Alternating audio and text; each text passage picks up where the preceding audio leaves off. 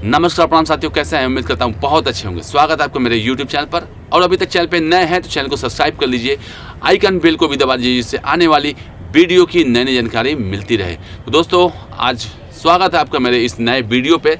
आइए हम चलते हैं, वीडियो को शुरू करते हैं और आपको बताते हैं एक नए बिजनेस आइडियाज़ के बारे में। दोस्तों, अगर आप अभी तक कोई भी रोज़गार नहीं शुरू किए हैं, पढ़े लिखे हैं और आपके पास MBA की डिग्री है, तो ऐसा कदापि ना सोचिए कि आप एक बहुत बड़े आदमी हैं। दोस्तों, अगर आपके पास कोई रोज़गार नहीं है तो आप एक आम आदमी के बराबर हैं। तो इसलिए अगर आप नौकरी नहीं करना चाहते हैं, आप चाहते हैं खुद का अपना स्वयं का व्यापार करना चाहते हैं, खुद का बिजनेस करना चाहते हैं, तो इस वीडियो को पूरा देखिएगा, तभी आपको जानकारी मिल पाएगी। तो दोस्तों, सबसे पहले तो आपको फील्ड में निकलना पड़ेगा। चूँकि ऑलरेडी आप MBA होल्डर हैं, आपके पास बिजनेस का आइडिया है, पढ़े लिखे हैं, तो आपको बहुत ज़्यादा सोचने की ज़रूरत नहीं है। बस थोड़ा सा सर्वे करना है बाज़ार में कि किस तरीके से कौन सा माल बहुत ज़्यादा बेचा जा सकता है। तो मैं अपने अनुभव के आधार पे आपको बता सकता हूँ कि अगर आप फील्ड में निकलते हैं, फील्ड मतलब इन द सेंस गाँव में, गाँव मतलब ऐसी बस्तियाँ जहाँ पे कुछ लोकल लोग रहते हैं, या बहुत ही मीडियम मध्यम वर्ग के लोग रहते हैं, या छोटी कास्ट के लोग रहते हैं, जिनके पास पैसों की बहुत ज़्यादा कमी होती है। उनकी कमाई पर डे की लगभग मान के चलिए दोस्तों 500 या 400 या 800 रुपये पर डे के हिसाब से होती है। मतलब मान लीजिए कि 15 से 20 हज़ार रुपये लोग हर मंथली वो कमा लेते हैं। उसी मंथली में उनको अपना खर्चा चलाना होता है, उसी में अपना पूरा परिवार चलाना होता है, उसी में खाना होता है, और उसी पैसे में बच्चों की पढ़ाई लिखाई भी करनी पड़ती है। तो दोस्तों, इस दौर में उनको कपड़ा लत्ते की भी ज़रूरत पड़ती है, तो कपड़ा लत्ता भी उसी हिसाब से वो खरीदते हैं, जिससे भी उनका पॉकेट मनी उसको जवाब दे।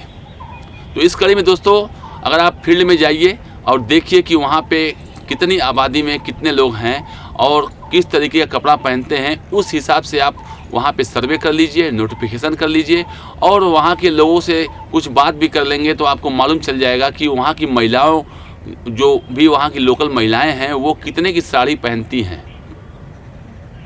अगर आप बात करेंगे तो पाएंगे कि वहाँ की महिलाएं भी लोकल मतलब काम चलाऊँ साड़ियाँ ही पहनती हैं, या हो सकता है कि शादी ब्याह में जा रही हों तो उनको कुछ अच्छा चीज़ चाहिए हो, वो भी कम दाम में। तो उस हिसाब से आप वहाँ सर्वे करिए और मार्केट में निकल जाइए। मतलब होलसेल मंडी बाज़ार में, जहाँ पे साड़ियाँ होलसेल रेट में बिकती हैं, वहाँ पे जाइए और वहाँ पे डीलर से बात करिए कि भाई मुझे लगभग 50 साड़ी चाहिए, इतने दामों की, जो कि मैं बेच लूँ।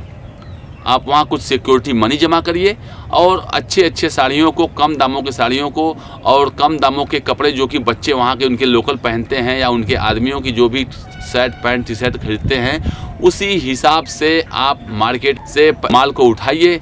और अगर आपके पास गाड़ी की व्यवस्था है तो ठीक है, नहीं तो कोई भी आजकल किराए की 200-300 रुपये पर डे में आपको गाड़ियाँ मिल जाएंगी, टोटो के रूप में या मैजिक के रूप में या ढाला के रूप में, कुछ भी। अगर आपकी अपनी खुद की गाड़ी है तो और भी अच्छा है।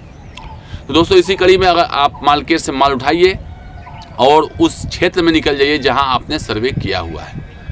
अगर आप वहाँ पहुँचते हैं, एक साड़ी पर अगर 200 रुपये भी मार्जिन रख के चलते हैं, या मैं तो कहता हूँ दोस्तों 100 रुपये ही मान कर चलिए। अगर दिन भर में आपने 500 साड़ी उठाया वहाँ से मार्केट से, और गांव में जा कर के या उस बस्तियों में, उस टोलों मोहल्लों में जा कर के अगर आप 100 साड़ी भी बेचते हैं दोस्तों, तो 100 रुपये के हिसाब से मार्जिन जोड़ लीजिए आप कितना पैसा कमा रहे हैं। ऐसा नहीं है कि सिर्फ साड़ी ही बेचेंगे, उनके बच्चों के लिए, उनके आदमियों के लिए जो भी प्रोडक्ट आप लिए हुए हैं, उनकी ज़रूरत के हिसाब से कुछ भी बिक जाएंगे। मार्जिन मनी बहुत कम रख के चलेंगे तो आपकी मार्केट में पैठ भी बन जाएगी, और उसी गांव मोहल्ले के लोग आपको जब भी आप आएंगे उसमें माल लेकर के, या अपने जो भी कपड़े लगते जो भी हैं उनको लेके आएंगे, तो वो आपके कपड़ों की डिमांडेबल वहाँ पे बढ़ेगी। हो सकता है कि आपके पास विजिटिंग कार्ड हो तो आप अपना कार्ड भी बाँच देंगे। उस कार्डों के आधार पे जब भी गांव वालों को ज़रूरत पड़ेगा वो आपको फ़ोन करेंगे, आप अपना पहुंचिए, माल लेकर के बेचिए।